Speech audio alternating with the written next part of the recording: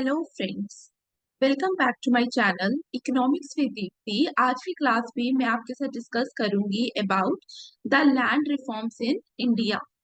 हम लोगों ने अभी तक 5 चैप्टर्स पढ़ लिए हैं अंडर इंडियन इकोनॉमी, जिसमें मैंने आप लोगों के साथ प्री इंडिपेंडेंस टाइम से कुछ टॉपिक्स डिस्कस किए थे, जैसे जमींदारी सिस्टम, महलवारी सिस्टम, रियातवारी सिस्टम और कमर्शलाइजेशन ऑफ एग्रीकल्चर। तो इन टोटल हम लोगों ने 5 चैप्टर्स डिस्कस किए हैं। आई होप आप लोगों ने वो देखे होंगे, सो दैट आज के लेक्चर को आप कनेक्ट कर सकें।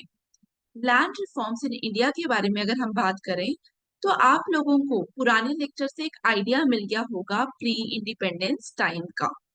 जब हम लोग आजाद नहीं हुए थे उस समय किसका रूल था यहाँ पे? उस समय Britishers were ruling the country. तो प्री 1947 क्या हो रहा था? यहाँ पे ब्रिटिशर्स रूल कर रहे थे।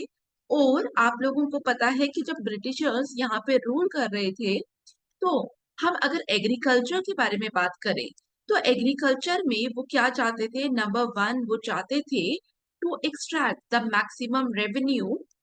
तो उन्होंने जो भी सिस्टम्स लाए ब्रिटिशर्स ने, be it the zamindari system और महलवारी सिस्टम और रियातवारी सिस्टम, तो वहां पे ऑब्जेक्टिव क्या था उनका? To extract maximum revenue, number one. Number two, ये लोग क्या चाहते थे कि जो इंडस्ट्रियलाइजेशन ब्रिटेन के अंदर आकर कर रही है उसको रॉ मटेरियल सप्लाई किया जाए। तो दूसरा ऑब्जेक्टिव क्या था? To supply raw material to Britain. तो ये हमारे पास दो ऑब्जेक्टिव्स देखने को मिले प्री इंडिपेंडेंस टाइम पे ब्रिटिश एरा के अंदर।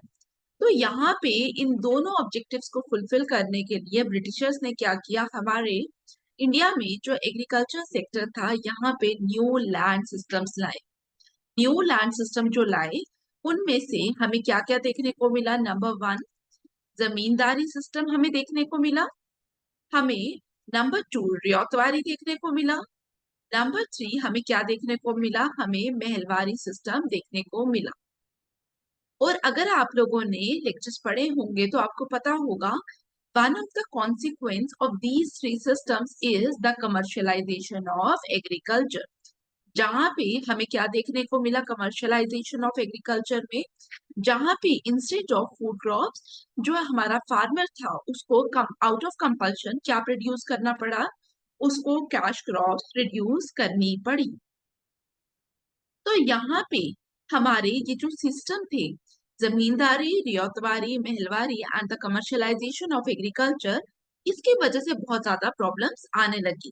प्रॉब्लम्स अगर आप लोगों ने देखी होंगी पुरानी क्लासेस के अंदर, तो प्रॉब्लम्स आप लोगों ने क्या देखा? सबसे पहला आप लोगों ने देखा कि यहाँ पे एक लैंडलॉर्ड क्लास डेवलप हो गई। न्यू लैंडलॉर्ड क्लास आ गई जिनका कोई कनेक्ट नहीं था लैंड से। जो कैसे अराइज हुई? Bye displacement of farmers. जो लोग काम कर रहे थे, जो किसान थे, वो डिस्प्लेस हुए क्योंकि वो लोग पे नहीं कर पाए थे इतना एग्जॉर्बिटेंट रेंट, जो इतना हाई रेंट था। दे वर नॉट एबल टू पे दैट रेंट। तो उसकी वजह से क्या हुआ? डिस्प्लेसमेंट हो गया फार्मर्स का। And because of displacement of farmer, यहाँ पे एक न्यू क्लास इमर्ज हुई जिसको क्या बोला गया? जिसको लैंडलॉर्ड क्लास बोला गया, जिसको जमींदार क्लास बोला गया। इनफैक्ट रियातवारी और महलवारी में भी हम लोगों ने देखा कि ऑल्दो वहां पे जमींदार जो था उसका रोल नहीं था, लेकिन जब रियात जो टेनेंट था वो एबल नहीं होता था टू पे दैट हाई टैक्स, तो उस समय उसको भी अपने लैंड्स को छोड़ना पड़ता था। और as a result of that वो लैंड किसको ट्रांसफर की जाती थी? लैंड ट्रांसफर की जाती थी टू द थर्ड पार्टी। और थर्ड पार्टी अल्टीमेटली कौन थे? बिग फार्मर्स थे, जमींदार ही थे। ठीक है, तो महलबारी में भी हमें यही सिस्टम देखने को मिला। एंटायरली पूरा पूरा विलेज जो था वो आगे शिफ्ट कर दिया जाता था।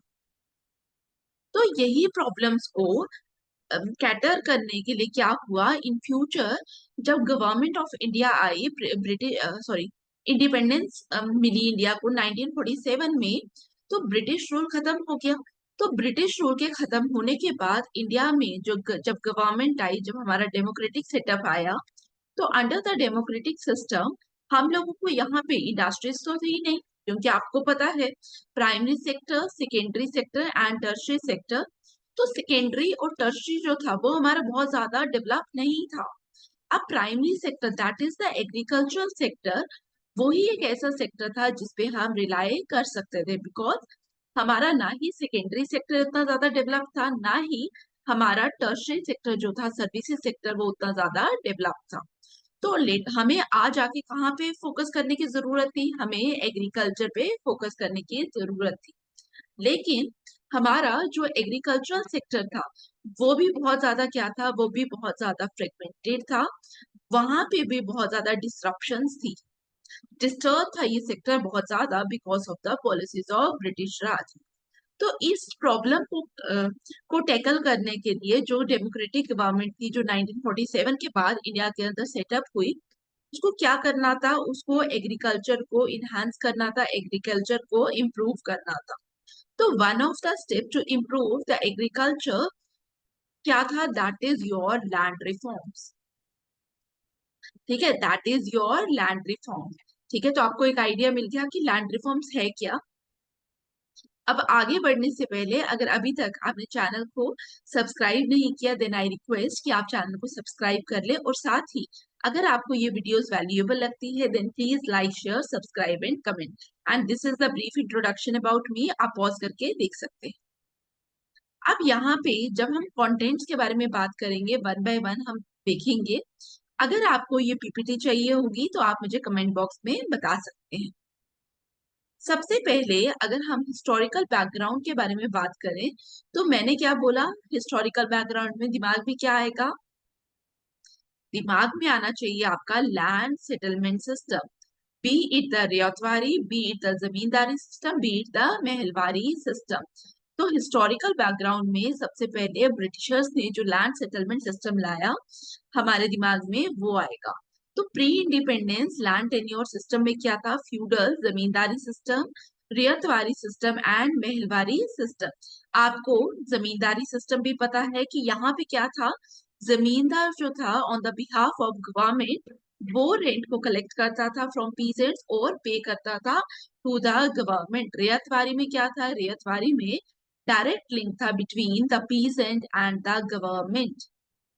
और महलवारी सिस्टम के अंदर क्या था, village communities collectively responsible for land revenue payments. हमने ये तीनों डिटेल में देखे, तो आप भी देख सकते हैं। अब ऑब्जेक्टिव्स क्या थे लैंड रिफॉर्म्स के, अगर आप ऑब्जेक्टिव्स के बारे में बात करोगे, हम लोग यहाँ पे क्या देखेंगे, हम लोगों ने जो प्रॉब्लम्स देखी, problems under the land settlement system, उन्हीं को सॉल्व करने की कोशिश की गई अंडर द लैंड रिफॉर्म। अब गवर्नमेंट ने क्या किया, इंडिया के अंदर जैसे ही हमें आजादी मिली तो इमिडिएटली डिसाइड किया गया कि हम लैंड रिफॉर्म्स को लेकर आएंगे। तो immediately after the independence it was decided to bring land reforms. तो उसके उस समय जब लैंड रिफॉर्म्स आए, तो यहाँ पे लैंड रिफॉर्म्स क्या है, लैंड रिफॉर्म्स क्या था, जो लैंड होल्डिंग की ओनरशिप थी उसको रेक्टिफाई करने की कोशिश की गई, जो सो दैट प्रोडक्टिविटी और जो प्रोडक्शन रिलेटेड प्रॉब्लम्स थी इन द एग्रीकल्चर सेक्टर उनको इम्प्रूव किया जाए। तो हमें अगर ऑब्जेक्टिव्स देखने हैं लैंड रिफॉर्म्स के, तो हमें दिमाग में क्या रखना पड़ेगा, हमें यहाँ पे रखना पड़ेगा कि what were the problems of, ठीक है मैं मार्कर चेंज कर लेती हूँ, हमें दिमाग में रखना पड़ेगा problems of land settlement system. क्योंकि 1947 से पहले जो प्रॉब्लम एग्जिस्ट कर रही थी इकोनॉमी में, इन पर्टिकुलर इन एग्रीकल्चर सेक्टर, हम उसी को रेक्टिफाई करने की कोशिश करेंगे। तो प्रॉब्लम क्या थी लैंड सेटलमेंट सिस्टम के अंदर, सबसे पहले हम लोग क्या देख रहे थे, अगर मैं जमींदारी की बात करूं तो जमींदारी में क्या था, जो पीजेंट था उसके ऊपर कौन बैठा था, उसके ऊपर बैठा हुआ था जमींदार, जमींदार के ऊपर कौन बैठी थी, गवर्नमेंट बैठी हुई थी। यही यही सेटअप था अंडर द जमींदारी सिस्टम। तो जैसे ही पीजेंट जो था वो रेंट पे नहीं कर सकता था, इतना जो ह्यूज अमाउंट ऑफ रेंट था वो पे नहीं कर सकता था, तो उसके हाथ से क्या होता था, उसके हाथ से लैंड ले ली जाती थी। तो यहाँ पे पीजेंट जो था उसके पास से ओनरशिप खत्म हो जाती थी। या अगर वो रेंट पे नहीं भी कर पा रहा तो क्या होगा, तो at that point of time क्या होगा, उस समय जब पीजेंट रेंट पे नहीं कर पाएगा तो उस समय क्या होगा, उसको मनी लेंडर के पास जाना पड़ेगा। सॉरी। तो उसको क्या करना पड़ेगा, उसको मनी लेंडर के पास जाना पड़ेगा। तो जब पीजेंट मनी लेंडर के पास जाता था तो as a result of that उसको फिर से क्या होता था, उसको फिर से वो मॉर्टगेज के तौर पे लैंड रखता था, और एक पॉइंट के बाद उसको फिर से अपनी ओनरशिप ऑफ लैंड छोड़नी पड़ती थी। तो पीजेंट से जो लैंड थी वो चलेगी किसके पास, जमींदार के पास, मनी लेंडर के पास। तो as a result of that जो पीजेंट था उसके पास क्या हुआ, उसके पास कोई भी लैंड नहीं थी, और सारी की सारी लैंड कहाँ जा रही है, मनी लेंडर के पास, जमींदार के पास। तो यहाँ पे हमें क्या देखने को मिला था, problems under the land settlement system number 1 हमें क्या देखने को मिला, unequal distribution of land, unequal distribution of land. दूसरा, अगर मैं यहाँ पे बात करूं जमींदारी सिस्टम में, तो यहाँ पे क्या हुआ, इंटरमीडियरी का जो रोल था वो बहुत ज्यादा प्रोमिनेंट था। जो इंटरमीडियरीज थे उनका रोल हो गया था। और इनफैक्ट अगर मैं जमींदारी की जगह रेयतवारी पे भी बात करूं, तो अंडर द रेयतवारी पीजेंट और स्टेट का डायरेक्ट रोल था कहने को, there was no role of intermediary, zamindar का कोई भी रोल नहीं था। लेकिन जो हमारा पीजेंट और स्टेट का हमें डायरेक्ट रिलेशन देखने को मिल रहा था, तो यहाँ पे हमें क्या देखने को मिल रहा था, जैसे ही पीजेंट के ऊपर टैक्स का बर्डन आता था वो किसको अप्रोच करता था, वो मनी लेंडर को अप्रोच करता था। तो as a result of this money lender, sorry, as a result of this process peasant की जगह बीच में कौन आ जाएगा, money lender. Position of land किसके पास आ गई, मनी लेंडर के पास आ गई।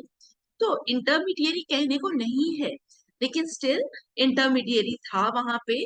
तो इस इंटरमीडियरी को भी एबॉलिश करना था अंडर द लैंड रिफॉर्म। तो दूसरी प्रॉब्लम हमें क्या दिख रही थी, under the land settlement system there was the problem of intermediary.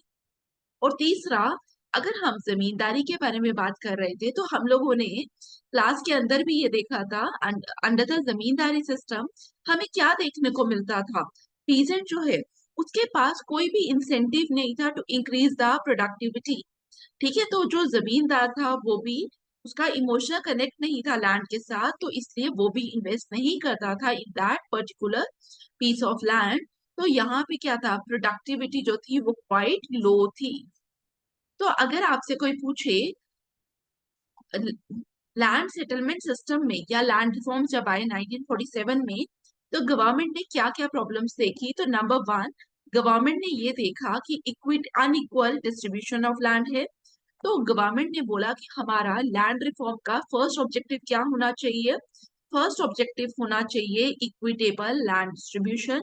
Number 2, government ने क्या बोला कि यहाँ पे बहुत सारे इंटरमीडिएरीज हैं, तो एबोलिशन होना चाहिए इंटरमीडिएरीज का। ठीक है, जो हम लोगों ने पुराना पढ़ा हम उसी के बेसिस पे आज की क्लास डिस्कस कर रहे हैं। नंबर 3, गवर्नमेंट ने क्या देखा कि प्रोडक्टिविटी बहुत कम है, और हमें क्या करना पड़ेगा, हमें एग्रीकल्चर प्रोडक्टिविटी को बढ़ाना पड़ेगा। और स्पेशली यहाँ पे हम लोग क्या देखते हैं कि इंडिया के अंदर जो हमारे पास प्रोडक्शन हो भी रही थी, वहां पे फूड प्रोडक्शन जो था वो बहुत कम था, बिकॉज जैसे ही कमर्शलाइजेशन ऑफ एग्रीकल्चर पे बात की गई, तो यहाँ पे प्रोडक्शन किसका होना स्टार्ट हो गया, प्रोडक्शन होना स्टार्ट हो गया कैश क्रॉप्स का। तो निगलेक्ट हुआ किसका, फूड क्रॉप्स का। तो गवर्नमेंट ने क्या बोला, नंबर 1 इक्विटेबल लैंड डिस्ट्रीब्यूशन होना चाहिए, नंबर 2 एबोल्यूशन ऑफ इंटरमीडिएरीज होना चाहिए, and number 3 is the increase in agricultural productivity. Clear. तो यहाँ पे अगर मुझे इक्विटेबल लैंड डिस्ट्रीब्यूशन करना है, मतलब जिस पीजेंट से के पास लैंड ही नहीं है लेकिन सिर्फ वो कल्टीवेट तो कर रहा है ना लैंड, इसको भी मुझे कुछ शेयर ऑफ लैंड देना पड़ेगा। तो इसका मतलब जो आपके पास लैंडलेस फार्मर्स है उनको लैंड देने की बात की गई। तो इसमें हम लोग क्या बोलेंगे, जब पीजेंट को लैंड मिलेगी कहाँ से मिलेगी, फ्रॉम लैंडलॉर्ड, जिसके पास बहुत एक्सेस लैंड है। तो लैंडलॉर्ड से यहाँ पे जब लैंड मिलेगी तो हम लोग इसको क्या कहेंगे, इक्विटेबल लैंड डिस्ट्रीब्यूशन और redistribution of land to landless farmers. Number 2 abolition of intermediaries, जो हमारा जमींदार है उसको हटाओ, लैंडलॉर्ड टेनेंट सिस्टम को जो है वो कंप्लीट खत्म करो, सो दैट जो टेनेंट है, जो हमारा पीजेंट है, वो बहुत ज्यादा एक्सप्लॉइट ना हो, उसकी एक्सप्लॉइटेशन कम हो पाए। तो एबोलिशन ऑफ इंटरमीडिएरी में आप क्या कहेंगे? Elimination of landlord tenant system. Number 3 is the increase in agricultural productivity. अब एग्रीकल्चर प्रोडक्टिविटी को इनहांस करना है, तो इसके लिए हम एक चीज बार बार बोलते हैं, एग्रीकल्चर प्रोडक्टिविटी को इनहांस करने के लिए आपको क्या करना पड़ेगा? आपको इन्वेस्टमेंट करना पड़ेगा लैंड पे।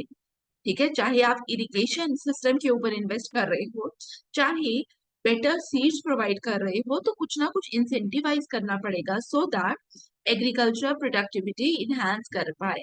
क्लियर? तो ऑब्जेक्टिव्स आप लोगों को समझ आए? आपको ऑब्जेक्टिव में कोई भी डाउट? अब यहाँ पे जब हम ऑब्जेक्टिव के बारे में बात करते हैं, कहाँ पे ऑब्जेक्टिव्स के बारे में? लैंड रिफॉर्म्स के।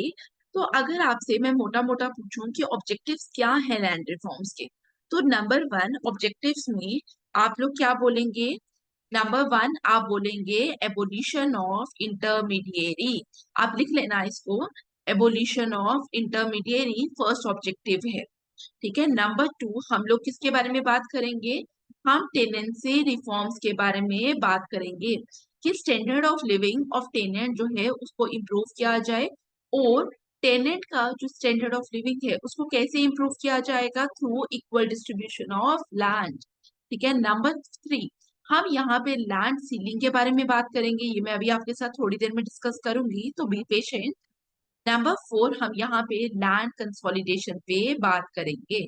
ठीक है, ये दो पॉइंट्स मैंने आपको एक्स्ट्रा लिखवाए हैं, लैंड सीलिंग, लैंड कंसोलिडेशन। ठीक है, तो आप जब ऑब्जेक्टिव्स लिखोगे तो 1 2 3 4 5, ठीक है, तो दो ऑब्जेक्टिव्स आप लोगों को और ऐड करने हैं, तो आप ऐड कर लेना।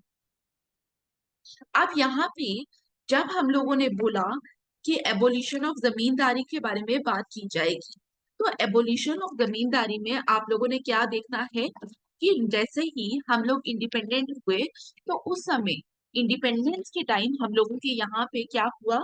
जो लैंड रिफॉर्म एक्ट था वो पास किया गया। और लैंड रिफॉर्म जो मैं बोल रही हूँ, इन पॉइंट्स को प्लीज नोट डाउन भी कर लेना। 1947 में जैसे ही हमें आजादी मिली, उस समय इम्प्लीमेंटेशन हुआ हुआ सॉरी, जो आपका एबोलिशन ऑफ जमींदारी एक्ट था वो पास कर दिया गया। जब एबोलिशन ऑफ जमींदारी एक्ट को पास किया गया, ठीक है, तो यहाँ पे उसके बाद उस एक्ट को रिफॉर्म भी किया गया 1951 में। अब हम लोगों ने क्या बोला? जमींदारी को खत्म किया जाए, एबोलिशन ऑफ जमींदारी।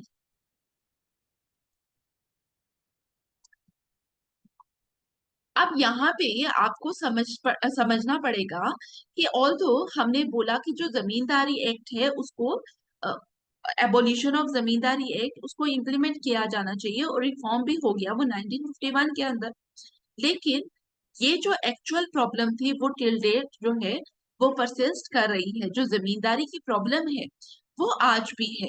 आप लोग, अभी मैं थोड़ी देर में आपको बताऊंगी, जो हमारे स्मॉल फार्मर्स हैं, ठीक है, तो मैक्सिमम 44 पॉइंट कुछ परसेंट है, आई एम नॉट क्लियर 44.6 है या 5 है, तो ये हमारी वो परसेंटेज है फार्मर्स की जो क्या है, जिनके पास लेस देन 2 हेक्टर लैंड है, लेस देन और इक्वल टू 2 हेक्टर लैंड है। तो हमारे पास फार्मर्स कैसे हैं? जिनके पास लेस देन और इक्वल टू 2 हेक्टर लैंड अभी है। तो यहाँ पे मैक्स जो बाकी लैंड है वो किसके पास है?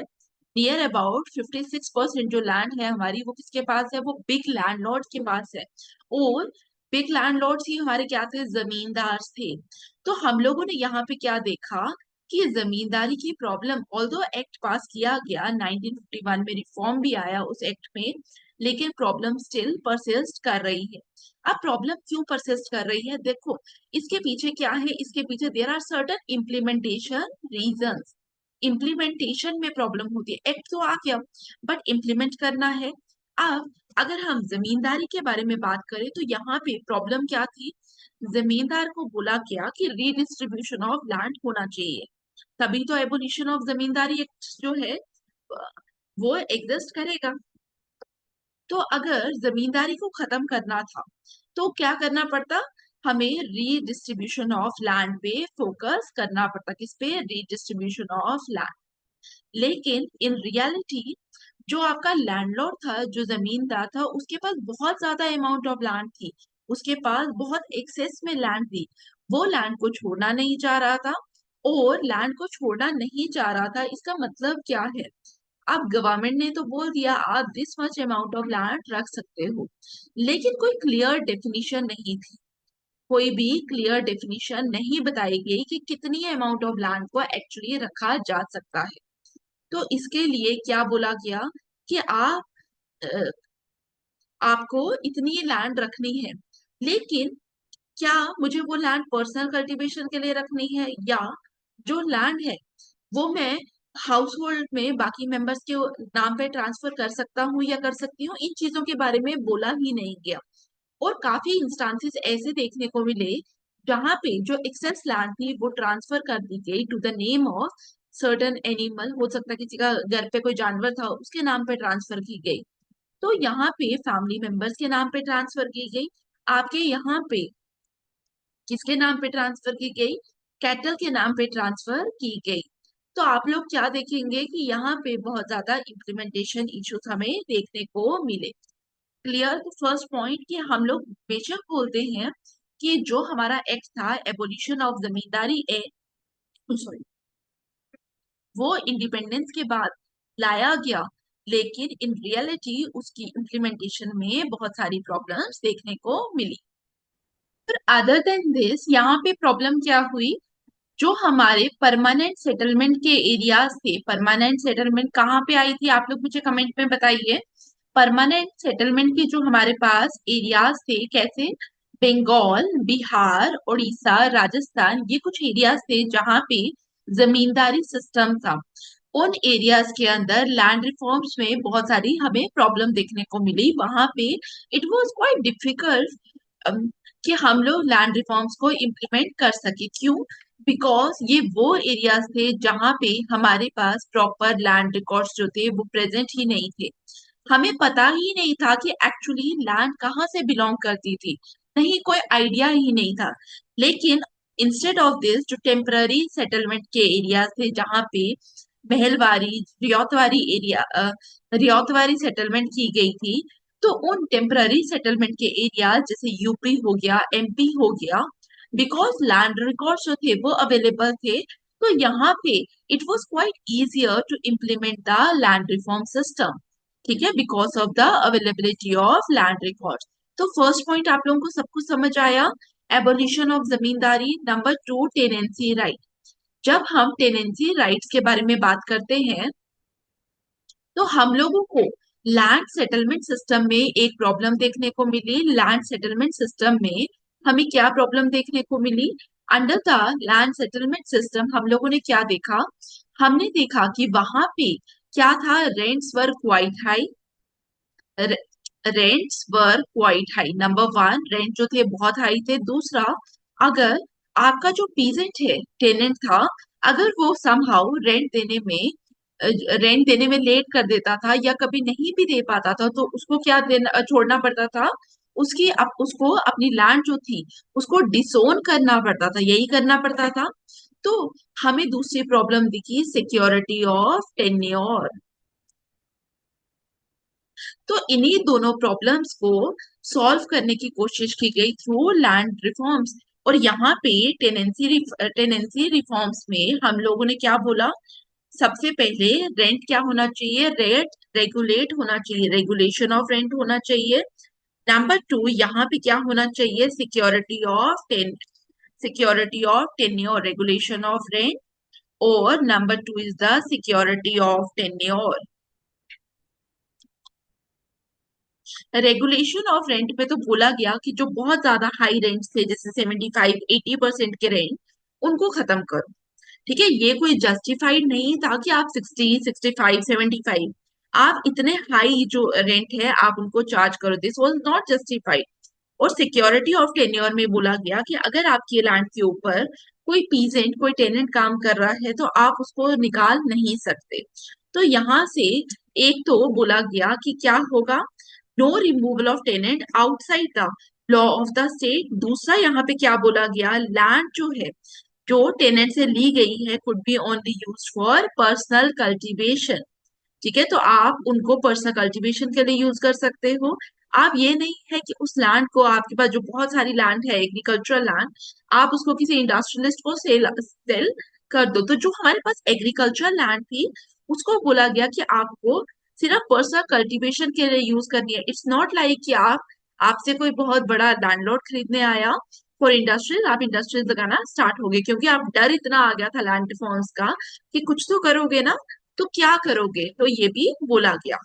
और इनफैक्ट जब हम सिक्योरिटी ऑफ टेन्योर के बारे में बात करते हैं तो यहाँ पे जो पर्सनल कल्टीवेशन तो बोला गया, लेकिन पर्सनल कल्टीवेशन की जो डेफिनेशन थी वो भी कैसी थी, दैट वाज आल्सो एम्बिग्युअस। एम्बिग्युअस डेफिनेशन थी पर्सनल कल्टीवेशन की। क्लियर? तो टेनेंसी राइट्स में आप लोगों को पता चला, टेनेंसी राइट्स में हम लोग किसके बारे में बात करते हैं, regulation of rent, security of tenure. और साथ ही जब हम सिक्योरिटी ऑफ टेन्योर पे भी बात कर रहे हैं तो हम लोग क्या बोल रहे हैं कि काफी सारी स्टेट्स थी जिन्होंने एक्सेप्ट किया, लेकिन काफी सारी स्टेट्स थी जिन्होंने एक्सेप्ट ही नहीं किया। ठीक है? या डिग्री ऑफ प्रोटेक्शन जो आपके पीजेंट को, जो टेनेंट को मिली, वो उतनी ज्यादा नहीं थी। उसका जब इम्प्लीमेंटेशन देखा गया तो एक्चुअली वो उतनी ज्यादा नहीं थी जितना एक्सपेक्ट किया जा रहा था कि हाँ due to this tenancy right हमारा टेनेंट सिक्योर हो जाएगा, बट इन रियलिटी हमें ये देखने को नहीं मिला। नंबर 3, हम यहाँ पे किसके बारे में बात करेंगे, लैंड सीलिंग। लैंड सीलिंग में आपको वर्ड ही दिख रहा है सीलिंग, मतलब एक अपर बार लगा दी गई कि आप इतनी ही अमाउंट ऑफ लैंड जो है वो पोजेस कर सकते हो।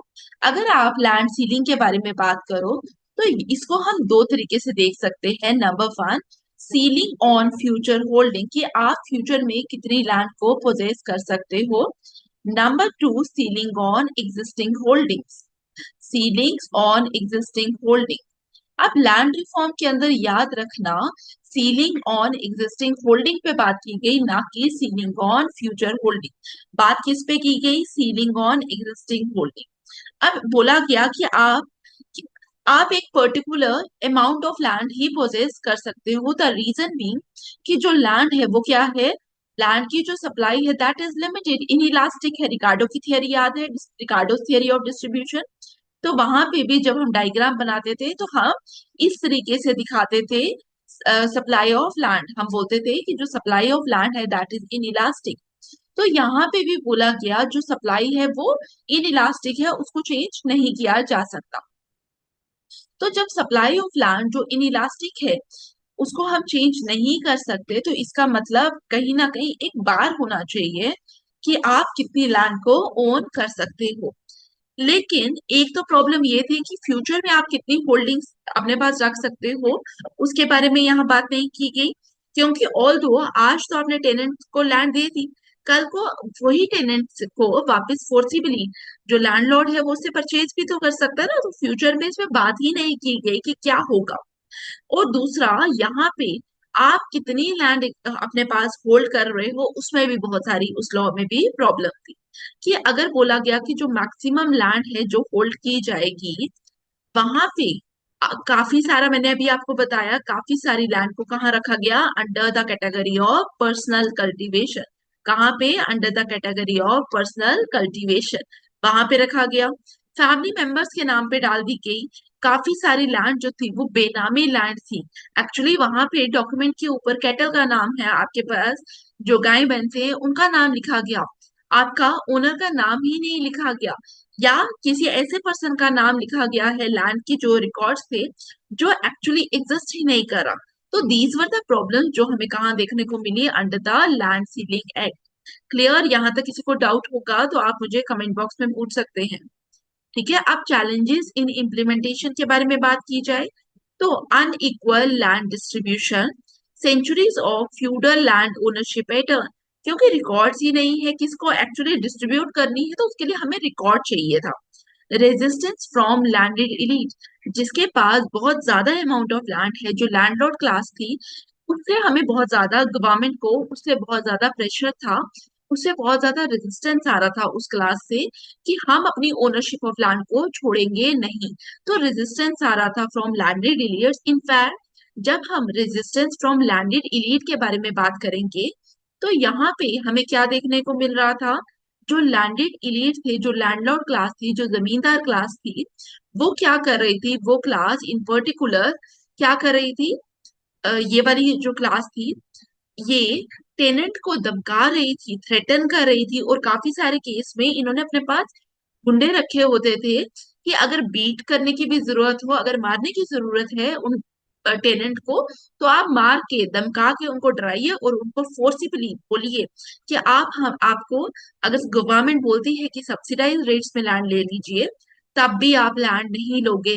ये जो लैंड है वो अल्टीमेटली किसके साथ होनी चाहिए, किसके बिलोंग करेगी? It belongs to the landlord class. Resistance from the landed elites. Clear? Powerful landowners oppose loss of privileges. And number three is the lack of political will. Reforms often stall due to vested interest, क्योंकि काफी सारे political party में भी ऐसे लोग थे जिनको funding कहाँ से आ रही थी? इट्स द लैंडलॉर्ड क्लास जो उनको फंड कर रही थी, और काफी सबका अपनी लैंड्स भी थी।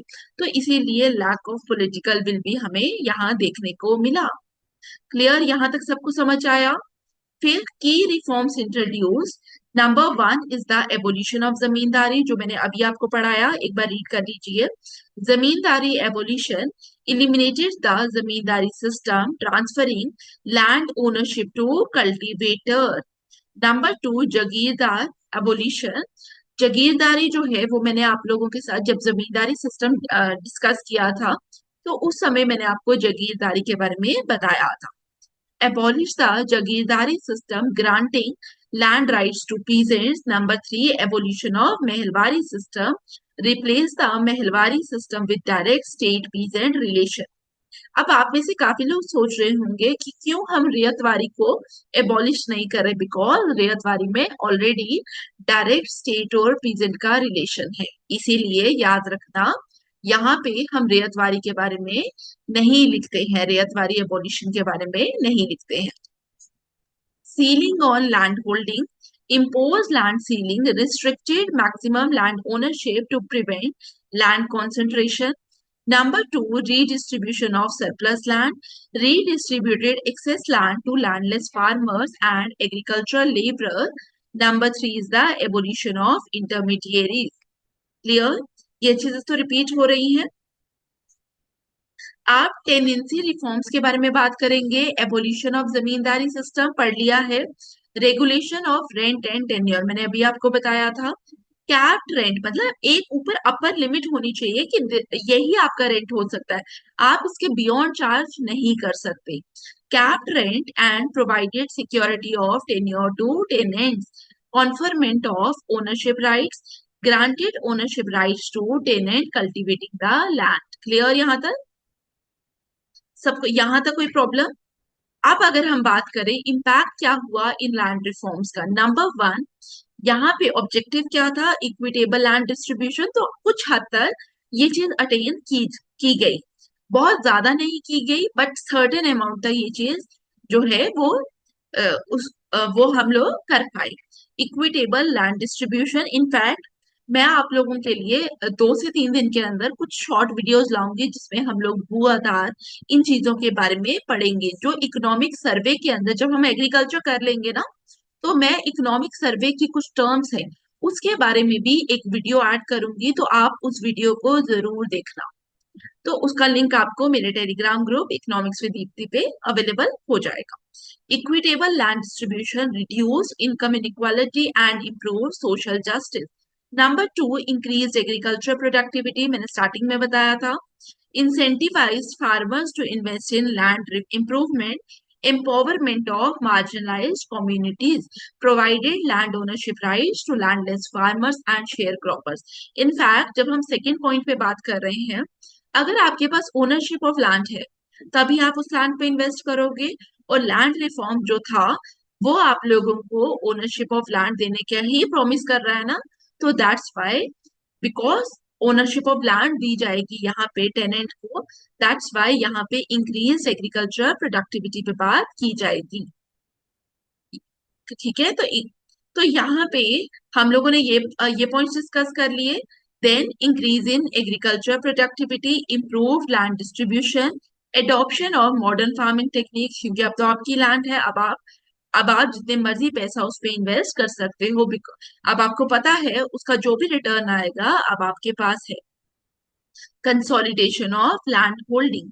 कंसोलिडेशन ऑफ लैंड होल्डिंग्स में हम लोग क्या देखते हैं कि जो बड़ी बड़ी लैंड्स है, ठीक है, बड़ी बड़ी जो लैंड्स है, तो यहाँ पे बोला गया कि सॉरी, जो छोटी छोटी लैंड्स थी, क्योंकि टेनेंट को तो बहुत कम कम लैंड दी जा रही है ना, रिडिस्ट्रीब्यूशन ऑफ लैंड करना है, लैंडलॉर्ड्स हमारे पास कम है, तो हमारे पास टेनेंट बहुत ज्यादा थे, तो स्मॉल लैंड जो फार्मर्स थे उनको क्लब करके बोला गया कि आप लोग क्या करिए, कंसोलिडेट करिए लैंड्स को, सो दैट आप इकोनॉमीज ऑफ स्केल का फायदा उठा पाओ।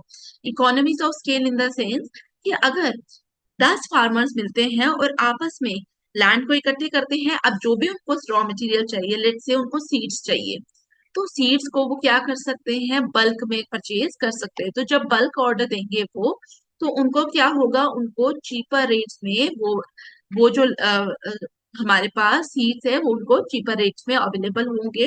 तभी हम लोगों ने क्या बोला, economies of scale. Like wise, जब एक छोटा फार्मर है जिसके पास बहुत कम लैंड है, वो मैनुअली काम कर रहा है, लेकिन 10 फार्मर्स मिलकर क्या कर सकते हैं, एक ट्रैक्टर ले सकते हैं, सो दैट वो आपस में, क्योंकि 10 फार्मर्स ने काम करना है, तो अगर उन्होंने एक ट्रैक्टर लिया तो एक ट्रैक्टर ओवरऑल वो 10 फार्मर्स की लैंड को कवर कर सकता है, जिसकी वजह से प्रोडक्टिविटी ऑफ लैंड भी इंप्रूव की जा सकेगी। ठीक है, सोशो इकोनॉमिक इम्प्लीकेशन।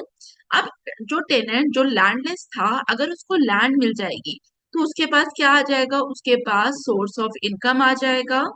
जब उसके पास सोर्स ऑफ इनकम आएगा, तो because of this source of income, अब वो क्या कर सकता है, वो अपना स्टैंडर्ड ऑफ लिविंग इंप्रूव कर सकता है, तो इम्प्रूव लाइवलीहुड। ठीक है, और साथ ही एग्रीकल्चर प्रोडक्टिविटी के इम्प्रूव करने से भी क्या होगा, ए- यहाँ पे उसका उसका स्टैंडर्ड ऑफ लिविंग इम्प्रूव करेगा। नंबर 2, रिड्यूस इनइक्वालिटी, क्योंकि पहले इनिशियली सारी लैंड किसके पास थी, it was with the landlord. Now land किसके पास है, फार्मर के पास भी लैंड है ना, तो फार्मर के पास जो लैंड है वो कहाँ से आ रही है, स्मॉल फार्मर के पास लैंडलॉर्ड से, मतलब लैंडलॉर्ड की लैंड कम कर दी गई और इस इनको लैंड देने की कोशिश की गई, सो दैट इनइक्वालिटी को कम किया जाए। Strengthen social fabric. Social fabric को स्ट्रेंथन करने में हम लोग क्या देख रहे हैं, अगर हम फार्मर के बारे में बात करें, ये क्या है, ये मार्जिनलाइज्ड कम्युनिटी से बिलोंग करता है। तो मार्जिनलाइज्ड कम्युनिटी से जो आपका फार्मर बिलोंग कर रहा है, उसको अपलिफ्ट करने की बात यहाँ पे की जा रही है। Empowerment of marginalised communities and promotion of social cohesion. Clear यहाँ तक। अब हम लिमिटेशंस और शॉर्टकमिंग्स के बारे में बात करेंगे, और क्लास खत्म होने के बाद मैं आपको बता दूंगी कि कौन सी बुक से आपको ये टॉपिक पढ़ना है। अनइवन इम्प्लीमेंटेशन, क्योंकि मैंने आपको पहले भी बोला यहाँ पे प्रॉब्लम क्या थी, इम्प्लीमेंटेशन में प्रॉब्लम थी। एक तो बहुत अच्छा है कि आप लैंडलॉर्ड से लेकर लैंड किसको दे दो, फार्मर को दे दो, act wise it was a wonderful act, लेकिन प्रॉब्लम थी इम्प्लीमेंटेशन में, ब्यूरोक्रेसी जो थी हमारी वो रिलक्टेंट थी। हमारा यहाँ पे जो पॉलिटिशियन था उनका पॉलिटिकल विल लैक कर रहा था, तो यहाँ पे इम्प्लीमेंटेशन के चैलेंजेस थे। तो uneven implementation, lack of comprehensive approach, reform focused on specific regions, neglecting others. Number 2, inadequate land distribution, limited impact on landless and marginal farmer. Number 3 is the weak enforcement mechanism, जिसमें आप bureaucracy के बारे में बोल सकते हो, जिसमें आप लोग किसके बारे में बोल सकते हो, पॉलिटिशियंस के बारे में बोल सकते हो। Loopholes in legislation, inadequate tenant protection, ठीक है, इम्प्लीमेंटेशन के साथ साथ लॉ मेकिंग में भी प्रॉब्लम थी। Lack of strong legal safeguard to for tenant farmer, क्योंकि यहाँ पे जब आप बुक पढ़ेंगे, बुक कौन सी है, बुक इट इज मिश्रापुरी, जहां से आप लोग पढ़ेंगे, वहां पे आपको देखने को मिलेगा कि गवर्नमेंट ने बोला कि आप हमसे सब्सिडाइज रेट्स में लैंड लो, टेनेंट को बोला कि आप बहुत सब्सिडाइज रेट्स में लैंड आप हमसे लो, लेकिन जब उनको बोला गया तो उनके पास इतना पैसा भी नहीं था कि वो उस सब्सिडाइज रेट के ऊपर लैंड जो है वो परचेज कर सके। नंबर 1। दूसरा, अगर आप लोग रीडिस्ट्रीब्यूशन ऑफ लैंड के बारे में बात कर रहे हो, तो जो लैंडलॉर्ड है वो क्या करता था, वो इनको थ्रेटन करता था स्मॉल फार्मर्स को कि अगर आपने हमारी लैंड परचेज की, या गवर्नमेंट अगर आपको लैंड प्रोवाइड करेगी और आपने एक्सेप्ट कर ली, तो हम आपकी फैमिलीज को खत्म कर देंगे, हम अ, आपको बहुत ज्यादा हर्ट करेंगे, आपको बहुत ज्यादा बीट किया जाएगा। तो as a result of this small farmer जो था वो बहुत ज्यादा रिलक्टेंट था to purchase that particular piece of land. तो हम लोग यहाँ पे क्या देख रहे थे कि इस चीज को प्रोटेक्ट करने के लिए, क्योंकि गवर्नमेंट में काफी लोगों को पता था ये चीज हो रही है, लेकिन इस चीज को प्रोटेक्ट करने के लिए लॉ में कोई भी स्ट्रॉन्ग लीगल सेफगार्ड नहीं था। Number two is the uneven land distribution. अब यहाँ पे अनइवन लैंड डिस्ट्रीब्यूशन में एक पॉइंट आपको और पता होना चाहिए कि अगर लैंड डिस्ट्रीब्यूट की भी गई, that was not of very good quality. Land कौन सी रीडिस्ट्रीब्यूट की गई? बैरन लैंड, जो लैंड बंजर है उसको डिस्ट्रीब्यूट किया जा रहा है, तो उसका फार्मर को क्या बेनिफिट होगा? ठीक है। And number three is the weak implementation, जिसमें आप ब्यूरोक्रेसी के बारे में लिखेंगे, जिसमें आप लोग किसके बारे में लिखेंगे? पॉलिटिकल बिल के बारे में लिखेंगे। रेजिस्टेंस फ्रॉम लैंडेड इलीट्स, ये पॉइंट हम लोगों ने पढ़ लिया है, इसको आप लोग खुद पढ़ लेना। ठीक है, यहां तक समझ आया? तो रीसेंट ट्रेंड्स और इनिशिएटिव्स पढ़ लेते हैं हम। Number one, increase tenant protection. ठीक है, क्योंकि हम लोगों ने देखा प्रीवियस लॉज के अंदर क्या था, टेनेंट प्रोटेक्शन के ऊपर ज्यादा फोकस नहीं किया गया, लेकिन नाउ टेनेंट प्रोटेक्शन के ऊपर फोकस किया गया। Legislation to safeguard tenant right and prevent arbitrary evictions. Number two is the simplified leasing procedures, streamline processes for land leasing transactions and registration. Number three is the promotion of contract farming. Contract farming में क्या था? Cultivator और land owner के बीच में पहले ही एक contract sign किया गया कि क्या होगा कि अगर जो भी आपका आउटपुट निकलेगा इतना ही उसको रेंट दिया जाएगा, बाकी कल्टीवेटर के पास जाएगा, या जो भी एक कॉन्ट्रैक्ट जो है वो प्रॉपरली पहले साइन किया जाएगा। तो पॉलिसीज ऐसी लाई गई to encourage contract farming arrangement between land owners and cultivator. ठीक है, कॉन्ट्रैक्ट फार्मिंग में आपको अलग से पढ़ाऊंगी, तो इसीलिए मैंने यहाँ पे इन डिटेल नहीं बात की। अभी मैं आपके साथ जब इकोनॉमिक रिफॉर्म से भी कुछ चीजें उठाऊंगी और कुछ चीजें जो न्यूज पे चल रही होंगी, उसके लिए मैं आपका एग्रीकल्चर खत्म होते साथ एक वीडियो लाऊंगी, तो उसमें हम आराम से ये चीजें डिस्कस करेंगे। ठीक है, तो अभी हाँ, अभी के लिए हम थोड़ा सा स्लो चलेंगे इन चीजों। And then digital land records. ठीक है, अब आप लोगों को पता है कि आज की डेट में क्या है, मैनुअल लैंड रिकॉर्ड से हटकर government is emphasising on digital land records, में हम डिजिटाइजेशन ऑफ लैंड रिकॉर्ड्स के बारे में बात करेंगे, जियो स्पेशियल मैपिंग के बारे में बात करेंगे, ऑनलाइन लैंड ट्रांजेक्शन्स के बारे में बात करते हैं। डिजिटाइजेशन ऑफ लैंड रिकॉर्ड्स, आपको डायरेक्ट समझ आ रहा होगा कि लैंड रिकॉर्ड्स जो है वो कंप्यूटर में फीड होने चाहिए, ऑनलाइन होना चाहिए, ऑनलाइन डेटा अवेलेबल होना चाहिए। क्योंकि अगर आपके पास मैनुअल लैंड रिकॉर्ड्स है, बोला जा सकता है कि कहीं ना कहीं खराब हो गए, कुछ भी हो गया, लॉस हो गया, थेफ्ट हो गया, रॉबरी हो गई। लेकिन अगर आपके पास डिजिटल लैंड रिकॉर्ड्स है तो उसमें ये प्रॉब्लम को खत्म किया जा सकता है। तो government is now focusing on digitization of land records, initiatives to digitize land records and make them accessible online, geospatial mapping, use of satellite imagery and GIS for accurate mapping of land parcel and online land transaction। अगर आपको purchase and sale of land करना है तो digitally होना चाहिए, उसका record available होना चाहिए। फिर strengthening land governance. Strengthening land governance में जब हम बात करते हैं तो डिजिटाइजेशन ऑफ लैंड रिकॉर्ड, क्योंकि मैनुअली में प्रॉब्लम्स हो सकती हैं, लेकिन डिजिटाइजेशन, अगर आपके नाम पे लैंड है, आपने ट्रांजेक्शन की, तो वो आप ही के नाम पे रहेगी, उसके साथ छेड़खानी होने की पॉसिबिलिटी बहुत मिनिमल होती है। Number two, dispute resolution mechanism पे बात की गई। And number three is the participatory land use planning. Participatory land use planning में मतलब क्या हुआ कि कम्युनिटीज को इन्वॉल्व करो, सो दैट कि जो लैंड है उसको हम कैसे यूज कर सके, सस्टेनेबल यूज कर सके। क्योंकि आप लोगों के साथ जब मैंने commercialisation of land, commercialisation of agriculture discuss किया था, तो उस समय मैंने आपको क्या बोला था कि सस्टेनेबल लैंड प्रैक्टिस के ऊपर बात नहीं की जा रही, सस्टेनेबल लैंड प्रैक्टिस के ऊपर वहां पे बात नहीं की जा रही थी।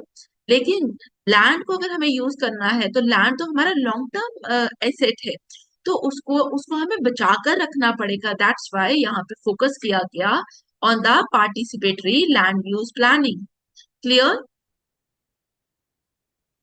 ठीक है, तो यहाँ तक सबको समझ आया? अगर फिर भी यहाँ तक कोई प्रॉब्लम होगी तो आप मुझे कमेंट बॉक्स में पूछ सकते हो। यहाँ तक सबको समझ आया? और लास्ट फ्यूचर चैलेंजेस के बारे में हम बात करेंगे और क्या क्या रिकमेंडेशंस होनी चाहिए। अगर आप फ्यूचर में बात करो तो सबसे पहले हमारे जो लैंड रिकॉर्ड्स है, क्योंकि हमने देखा इम्प्लीमेंटेशन में लैंड रिकॉर्ड्स में ही प्रॉब्लम आई, तो इस प्रॉब्लम को और फोकस करके देखना चाहिए। जो हमारे लैंड रिकॉर्ड्स हैं उनको प्रॉपर, उनको स्ट्रीमलाइन करना चाहिए। तो स्ट्रीमलाइन लैंड रिकॉर्ड स्ट्रीमलाइन कैसे करोगे? डिजिटाइजेशन से करोगे। मेंटेन करोगे accurate land records to enhance transparency. Number 2, हमने प्रॉब्लम क्या देखी कि जो पीजेंट है, जो आपका टेनेंट है, वहां पे भी उसको आज तक सिक्योरिटी नहीं है। तो लैंड टेन्योर को स्ट्रेंथन करने की जरूरत है, सो दैट जो हमारा फार्मर है उसके राइट्स को प्रोटेक्ट किया जाए और कोई भी डिस्प्यूट जो है उसको बचाया जा सके। और डिस्प्यूट को कैसे बचाया जा सकेगा? Bye promoting dispute resolution. अब एड्रेसिंग लैंडलेसनेस, क्योंकि लैंडलेसनेस एक बहुत बड़ा प्रॉब्लम है। और लैंडलेस को कैसे बचाया जाएगा? आप इम्प्लीमेंट करो, बेटर वे में इम्प्लीमेंट करो, ब्यूरोक्रेसी को आप इतना ज्यादा प्रिपेयर करो कि प्रॉपर इम्प्लीमेंटेशन हो जिसका इफेक्टिव लैंड सीलिंग सिस्टम का, सो दैट इफेक्टिव वे में लैंड डिस्ट्रीब्यूट हो सके। लैंड टेन्योर सिस्टम पे काम करो। Enhance access to agriculture resources. अब आपको पता है कि जो हमारा फार्मर है, ठीक है, वो आज तक भी बहुत जगहों पे किस पे डिपेंड करता है? वो मनी लेंडर पे डिपेंड करता है। और मनी लेंडर उससे क्या करेगा? Money lender will charge high interest rate, high rate of interest charge करेगा। अब इन चीजों को प्रोटेक्ट करना है, कैसे खत्म करेंगे इन चीजों को? By promoting organized banking, organized financial sector को प्रमोट करो। तो जो फार्मर आपका दूर पे भी बैठा है, गांव में बैठा है, जिसको एक्सेस नहीं मिल पा रहा है of credit, input, extension services, उसको प्रोवाइड करो। आप अपनी बैंक की ब्रांचेस खोलिए दूर दूर जाके, सो दैट जो हमारा लैंडलेस लेबरर है उसको भी एक्सेस मिल सके क्रेडिट का, इनपुट का, एक्सटेंशन सर्विसेज का। ठीक है, integrating land reforms with rural development, improving agricultural productivity and strengthening land tenure security, ये अभी हमने डिटेल में पढ़ लिया है। ठीक है, and last one, integrating land reform with rural development, कि आप लोगों को इकट्ठा करो। जैसे महलवारी सिस्टम जब मैं आपको पढ़ा रही थी, तो महलवारी सिस्टम में हमने लास्ट में पढ़ा था कि क्या चीजें हम लोगों ने ली। तो वन ऑफ द थिंग जो हम लोगों को लेनी है और ली हम लोगों ने, कि आप विलेज कम्युनिटीज को इकट्ठा करो, आप ग्रास रूट लेवल पे फोकस करिए। ठीक है, कम्युनिटी डेवलपमेंट प्रोग्राम्स को बढ़ाइए। तो यहाँ पे बोला जा रहा है one of the measures is integrate करो आप लैंड रिफॉर्म्स को विद रूरल डेवलपमेंट। ठीक है, तो इसके लिए जब आप मिश्रा पूरी पढ़ोगे तो वहां पे आपको कम्युनिटी डेवलपमेंट प्रोग्राम की एग्जाम्पल मिलेगी, तो आप उसको भी लिख लेना। ठीक है, तो कुछ चीजें मैं आप लोगों के लिए खुद छोड़ती हूँ, सो दैट आप उनको ऐड करिए। ठीक है, तो आपको जब भी आप लेक्चर देखकर आपको मिश्रा पूरी पढ़नी है, और फॉर पीडीएफ आप मेरा टेलीग्राम चैनल चेक कर सकते हो, मिश्रा एंड पूरी इंडियन इकोनॉमी की बुक है, आप उसको पढ़ सकते हैं। लाइब्रेरीज में आप लोगों को मिल जाएगी, यूनिवर्सिटी कॉलेजेस की लाइब्रेरी में इजिली अवेलेबल है। Thank you for watching, see you in the next class, thank you.